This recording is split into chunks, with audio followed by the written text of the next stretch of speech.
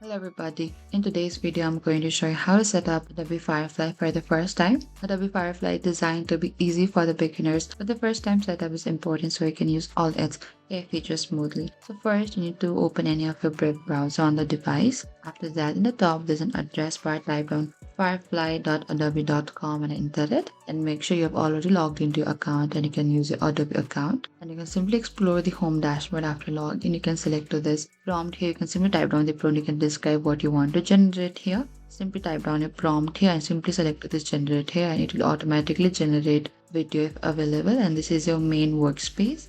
Over here, you can also select for this model general setting. You can select any of the model that you prefer. You can also select aspect ratio, cinematic banner, panorama, and type down and simply select to the resolution. For the high, you can go to the 4K, or for the medium one, you can select to this 1K or 2K here.